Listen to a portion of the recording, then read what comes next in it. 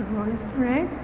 मैं doctor Maya Agrawal, assistant professor business administration department SPC government college Ajmer. आज हम निगमीय बीमा एजेंट के लाइसेंस के बारे में जानेंगे। अभी तक हमने जितने भी लेक्चर्स हुए उसमें भी बीमा एजेंट्स के बारे में हमने पढ़ लिया है कि बीमा एजेंट कौन होता है, किस प्रकार वह अपनी नियोक्ता के लिए कार्य करता है।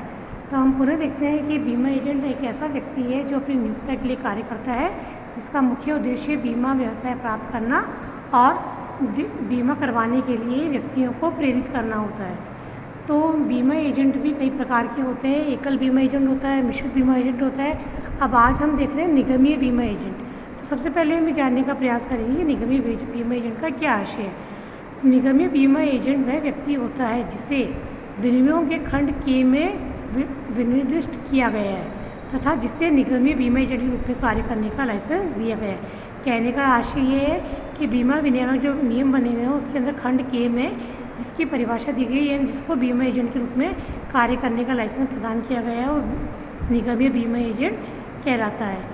अगर हम इस नियम को खंड को के को ध्यान से देखें तो इसके अनुसार विनियमों के खंड के अनुसार कोई भी कंपनी जो अंशों में व्यापार करती है, साझेदारी फर्म, बैंक, बैंकिंग कंपनी, क्षेत्रीय ग्रामीण बैंक, सहकारी समितियाँ मीन्स कॉर्पोरेट सोसाइटीज़, सहकारी बैंक, कॉर्पोरेट बैंक, पंचायत, स्थानीय प्राधिकरण जैसे नगर पालिका, इसके अतिरिक्त गैर सरकारी संगठन आदि निगमीय बीमा एजेंट बनने योग्य गैर प्राकृतिक व्यक्ति है।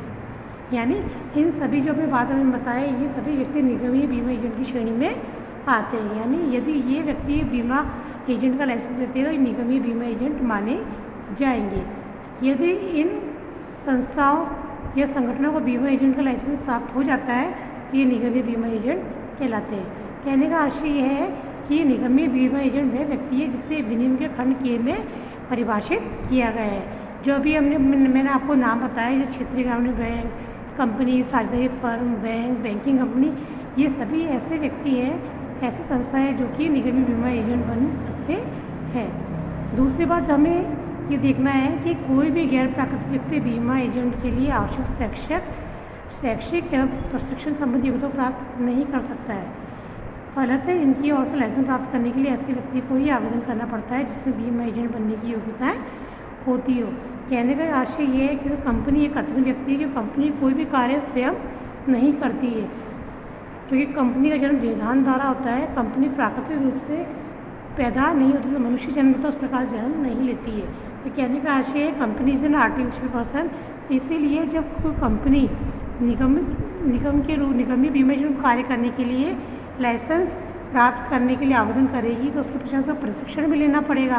तो कहने का आशय कंपनी खुद, क्योंकि वो प्राकृतिक व्यक्ति ने खुद प्रशिक्षण लेगी, बल्कि कंपनी की ओर से कोई अधिकृत व्यक्ति इस कार्य को करेगा, तो उसके पश्चात वो निगमीय बीमा एजेंट का लाइसेंस प्राप्त कर पाएगा।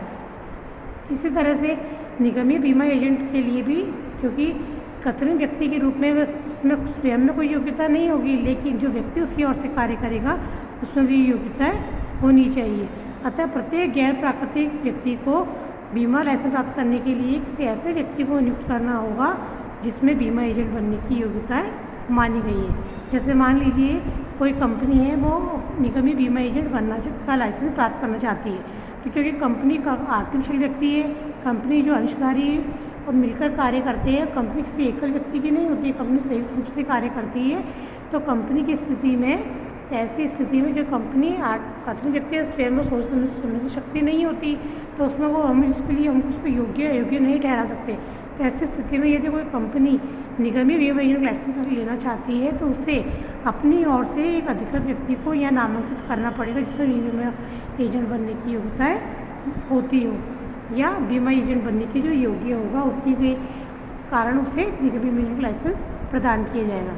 अतः ऐसे नामांकित व्यक्ति को विनियमों में निगमीय बीमा अधिशासी या प्रशासक के नाम संबोधित किया गया है। यानी जो व्यक्ति कृत्रिम रूप या गैर प्राकृतिक निगमीय बीमा एजेंट बनने की इच्छुक संस्था या फर्म या कंपनी के लिए कार्य कर रहा है, उसे हम निगमीय बीमा अधिशासी या प्रशासक के नाम से जानेंगे। तो इस तरह से हम कह सकते हैं कि निगमीय बीमा एजेंट का लाइसेंस तभी मिलेगा जबकि जो कृत्रिम व्यक्ति है या कोई सहकारी संस्था है, सहकारी बैंक है साझेदारी फर्म है, कोई बैंक है, बैंकिंग कंपनी है, तो उसे अपनी ओर से एक नामित व्यक्ति को नियुक्त करना होगा जिसमें बीमा एजेंट बनने के सभी गुण या योग्यताएं होनी चाहिए, तभी आप उसको लाइसेंस प्राप्त करने के योग्य माने जाओगे।